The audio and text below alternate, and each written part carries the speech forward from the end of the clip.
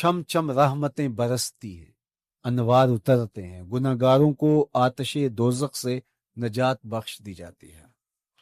تو اس کا استقبال کرنا، اس کے لیے انتظار کرنا، گن گن کے دن گزارنا، لمحے اور ساعتیں بسر کرتے ہوئے بار بار ماہ سیام کا ذکر کرنا، اس مہینے کے ساتھ محبت کی دلیل ہے، اور اس مہینے کے ساتھ محبت اللہ سے محبت کی دلیل ہے۔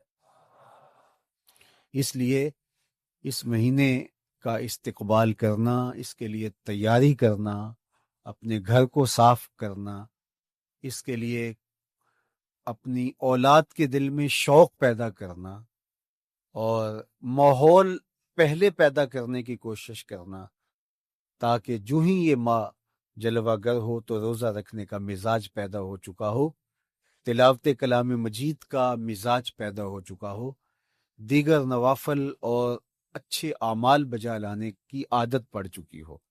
تو شعبان میں ہی اس کی تیاری ہوتی ہے، تاکہ رمضان المبارک آتے ہی ہم پوری طرح سے مستعد اور فعال ہو کر کے اس مہینے کی برکتوں کو سمیٹ لیں۔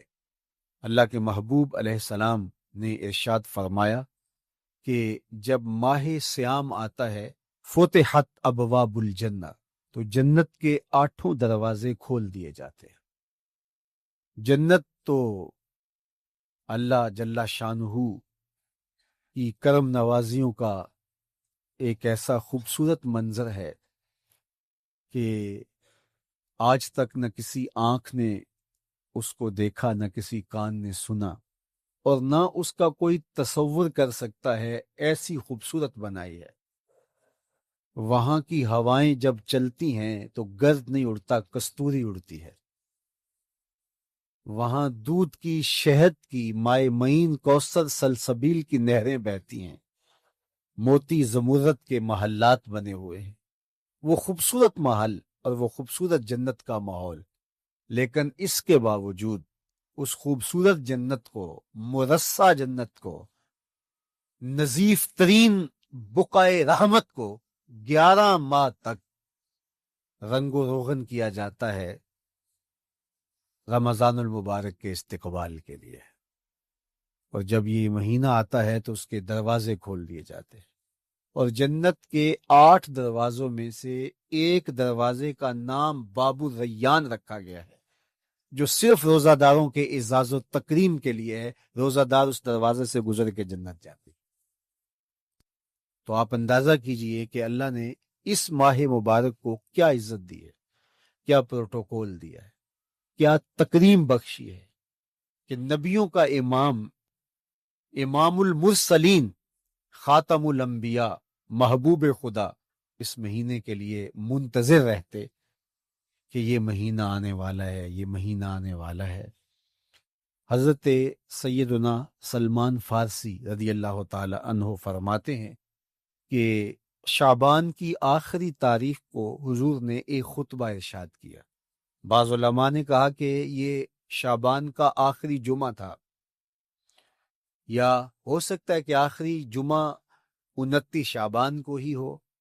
تو رمضان المبارک سے قبل حضور نے یہ خطبہ ارشاد کیا، جو مختلف کتب احادیث میں موجود ہے۔ یا ایھا الناس، اے لوگو، قد اظلکم شہر عظیم، اللہ نے تمہارے اوپر ایک بہت پاکیزہ، پر نور، عالی مرتبت مہینہ سایہ فگن کر دیا ہے۔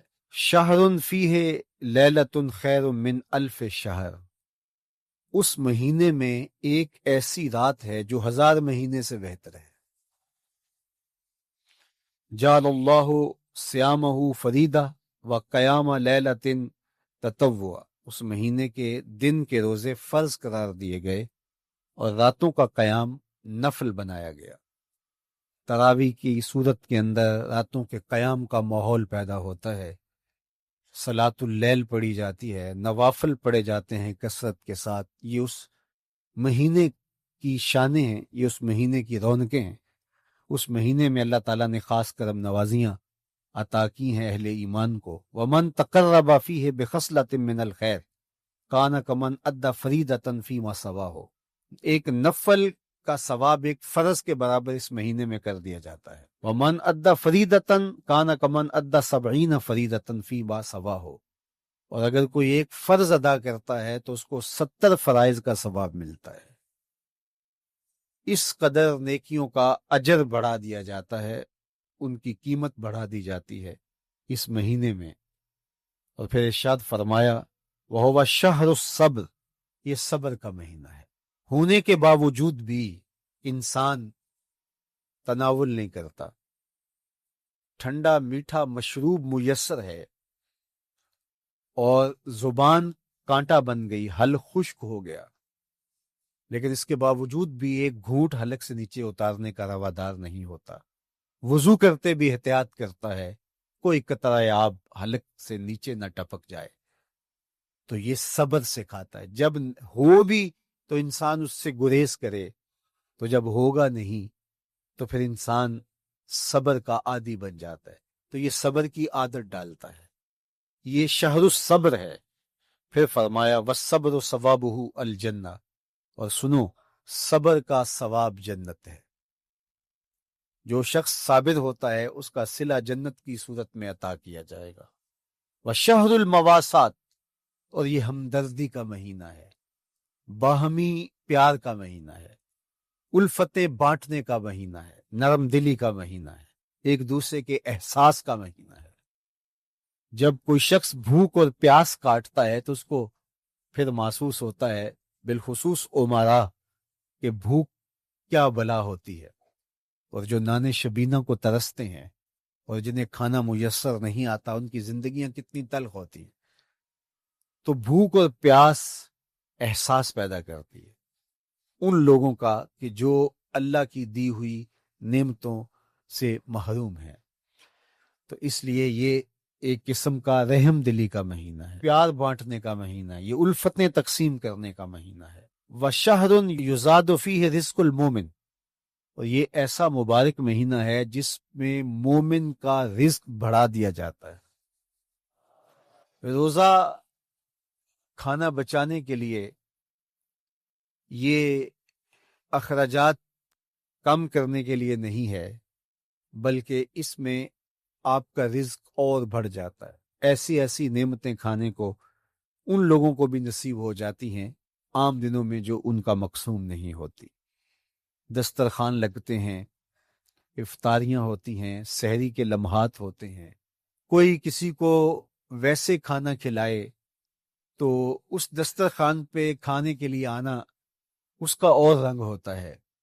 لیکن افطار کا دسترخوان جب بچھتا ہے اور لوگ جب اس کے اوپر آتے ہیں، امیر بھی آتے ہیں، غریب بھی آتے ہیں، تو اللہ کی دی ہوئی نعمتیں جو دسترخوان پہ پڑی ہوتی ہیں ان کو اٹھاتے ہیں، کام و دہن کی تسکین کا سامان کرتے ہیں، عزت نفس بھی مجروح نہیں ہوتی، اور طرح طرح کی نعمتیں کھانا بھی دستیاب ہو جاتی ہیں۔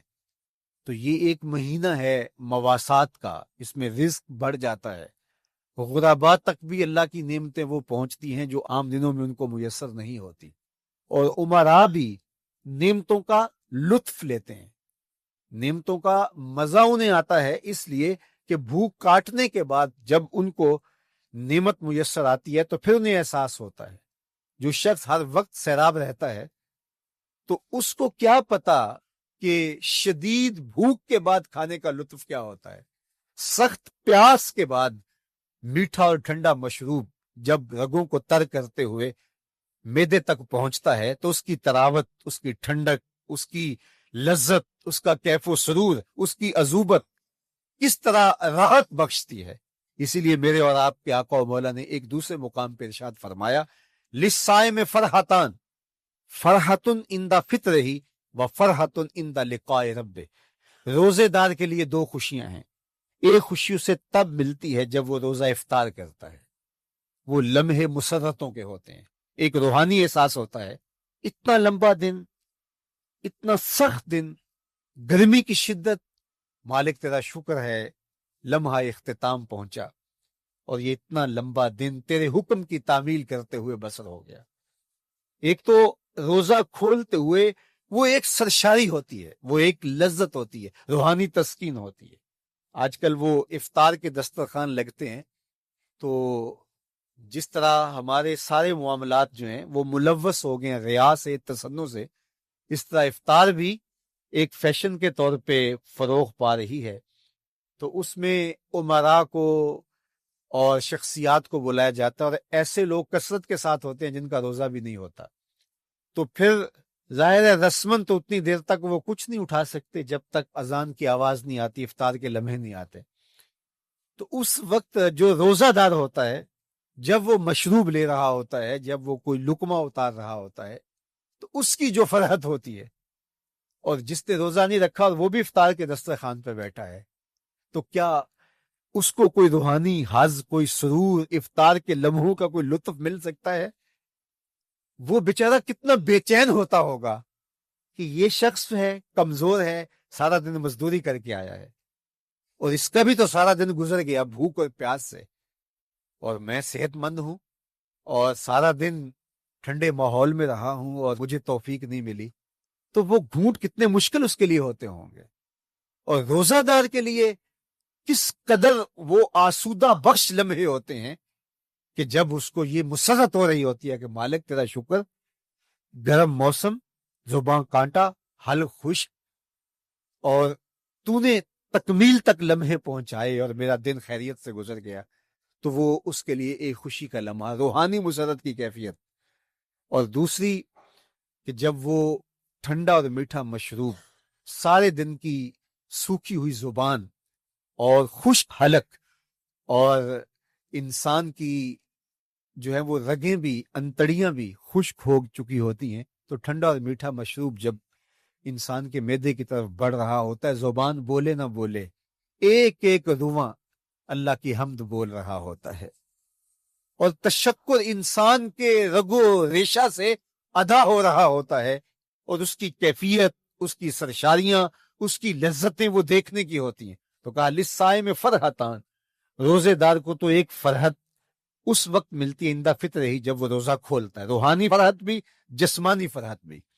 وَفَرْحَةٌ عِنْدَ لِقَاءِ رَبِّهِ، اور دوسری فرحت اور دوسری خوشی اسے تب ملے گی جب اس روزے کے صلے میں اللہ تعالیٰ اپنے رخ انور سے پردہ اٹھا دے گا اور روزہ دار کو اپنے دیدار کی دولت عطا کرے گا، تو وہ پھر منظر دیکھنے والا ہوگا، روزہ دار کی آنکھیں ٹھنڈی ہو جائیں گی۔ اصل افطار تو وہ ہوگی نا، اللہ اکبر، اصل تو شربت دیدار ملے گا جو روح کی پیاس بجھا دے گا، جو من کی بھوک مٹا دے گا۔ تو کہا لسائے میں فرحتان، فرحتن عند فطرہ و فرحتن عند لقاء ربہ، روزہ دار کے لیے دو خوشیاں ہیں، ایک خوشی وہ ہے جب اس کے جسم کی پیاس بجھتی ہے، اور ایک خوشی تب ملے گی جب روح کی بھوک مٹے گی، جب من کی پیاس بجھے گی، اور پھر وہ سرشاریوں کے عالم میں دیکھتا ہی چلا جائے گا، اور وہ سیراب ہی نہیں ہو پائے گا کہ میں ان دو آنکھوں سے دیکھ رہا ہوں، کاش کے لو لو دے مڈ لک لک چشمہ، ایک کھولا تے ایک کجا ہوں۔ وہ اس آرزو میں ہوگا کہ میرا رواں رواں آنکھ بن جائے اور میں اس دیدار سے فیضیاب ہوتا چلا جاؤں۔ تو وہ کیا لمحے ہوں گے، وہ کیا گھڑیاں ہوں گی، وہ کیا ساعتیں ہوں گی، کوئی لفظ نہیں ہے جن لفظوں میں ان حقیقتوں کو بیان کیا جا سکے، اس لیے کہ وہ منظر ہی وراء الورا ہوگا۔ تو روزہ دار کو فرحت ملتی ہے جب وہ روزہ کھولتا ہے۔ فرمایا وَشَهْرٌ يُزَادُ فِيهِ رِزْقُ الْمُؤْمِنِ، اس میں مومن کا رزق بڑھا دیا جاتا ہے۔ وَمَنْ فَطَّرَ فِيهِ صَائِمًا كَانَ مَغْفِرَةً لِذُنُوبِهِ، جس نے روزہ دار کا روزہ افطار کروایا، اللہ کے محبوب فرماتے ہیں کہ ایک تو خود روزہ رکھا، اور دوسری سعادت یہ ہے کہ ماہ سیام میں روزہ دار کا روزہ افطار کروایا۔ آپ شریعت بیضاء کو بنظر عمیق مطالعہ کر کے دیکھیں، ماہ سیام میں بہت زیادہ اس بات پہ زور دیا گیا ہے کہ روزہ افطار کرواؤ۔ اپنے گھر میں بیٹھ کر کے روزہ افطار کر لینا یہ بھی سعادت مندی ہے، روزہ نصیب ہو جائے، لیکن اس بات پہ بہت زور دیا گیا ہے ماہ سیام میں کہ ایک ماحول پیدا ہو، لوگوں کو افطار کروائیں تاکہ تمام لوگوں تک اللہ تعالیٰ کی نعمتیں پہنچیں، اور لوگوں تک جو ہے وہ رمضان المبارک کی برکتیں پہنچے۔ تو ارشاد فرمایا ومن فطر فیہ صائما، جس نے روزے دار کا روزہ افطار کروایا، کان مغفرۃ لذنوبہ، تو وہ افطار کروانے والوں کے گناہوں کی بخشش کا ذریعہ بن جائے گا. یہ افطاری گناہوں کی مغفرت کا سبب بن جائے گی. وَعِتْقَ رَقْبَتِهِ مِنَ النَّارِ، اور آتش دوزخ سے گردن کی آزادی کا مجدہ جاں فضا بن جائے گا یہ امر کہ اس نے کسی کا روزہ افطار کروایا. وَقَانَ لَهُ مِثْلُ أَجْرِهِ مِنْ غَيْرِ أَنْ يَنْقُصَ مِنْ أَجْرِهِ شَيْءٌ، اور روزہ افطار کروانے والے کو روزہ رکھنے والے جتنا اجر ہی دیا جائے گا، لیکن روزہ رکھنے والے کے اجر میں بھی کوئی کمی نہیں واقع ہوگی. جتنا اس نے سارے دن کی بھوک اور پیاس کاٹ کر کے تکلیف اٹھا کر کے روزہ رکھا، جس نے شام کو اس کو افطار کر دیا، اتنا ہی ثواب اس کو عطا کر دیا جائے گا، اس کا اجر کم کیے بغیر. اللہ اکبر! یہ امت کے لیے اللہ نے کیا پیکج دیا ہے، کیا کرم نوازیاں ہیں اس امت کے لیے. آقا کریم نے ارشاد فرمایا، ایک شخص صبح سے لے کے ظہر تک مزدوری کرتا ہے، اس کو ایک قیراط دیا جاتا ہے، اور ایک شخص ظہر سے لے کر عصر تک مزدوری کرتا ہے، اس کو بھی ایک قیراط دیا جاتا ہے، اور ایک عصر سے لے کر مغرب تک مزدوری کرتا ہے، اس کو 2 قیراط دیے جاتے ہیں. فرمایا پہلی مثال یہود کی ہے، دوسری مثال نصارہ کی ہے، اور تیسری مثال میری امت کی ہے. یہودیوں نے اور عیسائیوں نے اس پہ اعتراض کیا کہ ہمارا اجر کیوں تھوڑا ہے، تو میرے اور آپ کے آقا و مولا نے فرمایا تمہارا تھوڑا نہیں، ہمارا زیادہ ہے. آج کل اگر 1000 روپیہ مزدوری چلتی ہو مزدور کی، تو کوئی شخص صبح سے شام تک ایک شخص سے مزدوری کروائے اور 1000 روپیہ دے دے، اور دوپہر کو اڈے سے جا کے ایک مزدور اور لے آئے، شام کو اس کو بھی 1000 روپیہ دے آئے، اور ایک شخص کو عصر کے وقت لائے اس کو 2000 روپیہ دے دے، تو 1000 والا کہے کہ میرے سے زیادتی ہوئی ہے، تو اس سے زیادتی تو نہیں ہوئی، اسے تو پوری مزدوری دی گئی ہے. اب اس پہ مہربانی ہوئی ہے، اس پہ رحمت ہوئی ہے. تو کہا یہود اور نصارہ کی یہ مثال ہے، ایک صبح سے ظہر تک مزدوری کرے اس کو 1 قیراط، ایک ظہر سے عصر تک مزدوری کرے اس کو بھی 1 قیراط، اور تیسرا بہت تھوڑا وقت عصر سے مغرب تک مزدوری کرے اس کو 2 قیراط. کہا یہ امت محمدیہ علی صاحب الصلوات کو دیا گیا نور ہے. تو ایک شخص نے سویر سے لے کر شام تک روزہ رکھا، بھوک کاٹی، پیاس کاٹی، سخت شدت کی گرمی سہی، اور ایک شخص نے شام کے وقت اس کو روزہ افطار کروا دیا. اور سنو حضور علیہ الصلوۃ والسلام کا فرمان، جب حضور نے فرمایا کہ اس کو پورا اجر ملے گا پہلے کے اجر کو کم کیے بغیر، تو صحابہ کا تو دل تڑپنے لگا کہ یہ کتنی بڑی بات ہے. اب آپ جانتے ہیں کہ یہ زمانہ ایسی معاشی خوشحالیوں کا نہیں تھا، لوگوں کے پاس تو نان شبینہ بھی میسر نہیں ہوتا تھا. تو صحابہ نے جو سوال کیا، قالوا یا رسول اللہ صلی اللہ علیہ وسلم، انہوں نے کہا اے اللہ کے پیارے رسول صلی اللہ علیہ وسلم، لیسا کلنا یجد ما یفطر الصائم، ہم میں سے تو ہر بندہ یہ طاقت نہیں رکھتا کہ روزہ دار کو روزہ افطار کروا دے. تو یہ اتنی بڑی سعادت، تو یہ تو پھر اہل زر ہی یہ سعادت حاصل کر پاتے ہیں. ہمارے جیسے لوگ تو پھر جو مال و دولت نہیں رکھتے تو وہ تو پھر یہ سعادت نہیں حاصل کر پائیں گے. تو میرے اور آپ کے آقا و مولا نے کیا فرمایا؟ قال، حضور نے ارشاد فرمایا، یؤتی اللہ ھذا الثواب، یہ ثواب اللہ اسے شخص کو بھی عطا کرے گا، من فطر صائما علی مزقۃ لبن او تمرۃ او شربۃ من ماء، فرمایا کہ یہ اجر اللہ اس کو بھی عطا کرے گا جس نے کسی کا روزہ 1 گھونٹ دودھ سے کھلوا دیا، یا 1 کھجور سے کھلوا دیا، یا پانی کے 1 گھونٹ سے اس کا روزہ افطار کروا دیا. لازمی نہیں ہے کہ دسترخوان سجا ہو، انواع اقسام کے کھانے پڑے ہوں اور وہ افطاری ہی افطاری قرار پائے گی. جس نے کسی کو وہاں باہر ٹوٹیوں سے پانی کا گلاس بھر کے، کٹورا بھر کے سادہ پانی بھی پیش کر دیا تو اس کو بھی ثواب مل جائے گا. کتنا ثواب ملے گا؟ پورا روزہ رکھنے کا ثواب اس کو ملے گا. کتنی رحمتوں کی لوٹ سیل لگی ہے. کوئی ایسے بھی بانٹتا ہے، کوئی ایسے بھی کرم نوازیاں ہوتی ہیں، لیکن میرے رب کے خزانے کتنے کھلے ہیں. میں نے مدینہ المنورہ میں ایک شخص کو دیکھا کہ وہ روزے کے وقت وہاں سے ہی گلاس لیتا اور زمزم سے بھرتا اور روزہ داروں کے آگے رکھتا چلا جاتا، اور روزانہ اس کا یہ عمل ہوتا، نماز عصر کے بعد شروع ہوتا، جتنی اس کی پہنچ ہوتی ہر ایک کے آگے رکھتا چلا جاتا، پانی بھی وہاں سے لیا، گلاس بھی وہاں سے لیا۔ اللہ اکبر! فرمایا دودھ کا ایک گھونٹ یا پانی کا ایک گلاس یا ایک کھجور اس نے کسی کو پیش کی اور اس نے اس سے روزہ کھولا، اللہ کے محبوب فرماتے ہیں پہلے کے اجر میں بغیر کسی کمی کے اس کو پورا ثواب روزے کا نصیب ہوگا۔ اللہ اکبر! اب سنو، پھر حضور نے ارشاد فرمایا ومن اشبع صائمن، اور جس نے صحیح اہتمام کے ساتھ روزے دار کو اچھا کھانا کھلایا، اچھی پرتکلف افطاری دی، سقاہ اللہ من الحوض شربتا لا یظمأ حتی یدخل الجنہ، اس کو حوض کوثر سے ایسا جام ملے گا کہ اس کو کبھی پیاس نہیں ملے گی یہاں تک کہ جنت میں چلا جائے گا۔ اللہ اکبر! اس کو کوثر کے جام نصیب ہو حشر کی گرمی میں۔ اور آپ کو معلوم ہے، علماء سے آپ نے بارہا سنا ہوگا کہ جام کوثر جس نے ایک بار پی لیا پھر 50,000 سال کے دن میں اس کو دوبارہ پیاس نہیں لگے گی۔ یہ جام کوثر کی خصوصیت ہے۔ فرمایا وَهُوَ شَهْرٌ أَوَّلُهُ رَحْمَةٌ، یہ وہ مہینہ ہے جس کے پہلے 10 دن رحمت ہیں اور اس کا درمیانی عشرہ مغفرت ہے، وَآخِرُهُ عِتْقٌ مِّنَ النَّارِ، اور اس کا آخری عشرہ جو ہے وہ آتش دوزخ سے نجات کا ضامن ہے۔ فَاسْتَكْثِرُوا فِيهِ مِنْ 4 خِصَالٍ، کہا کہ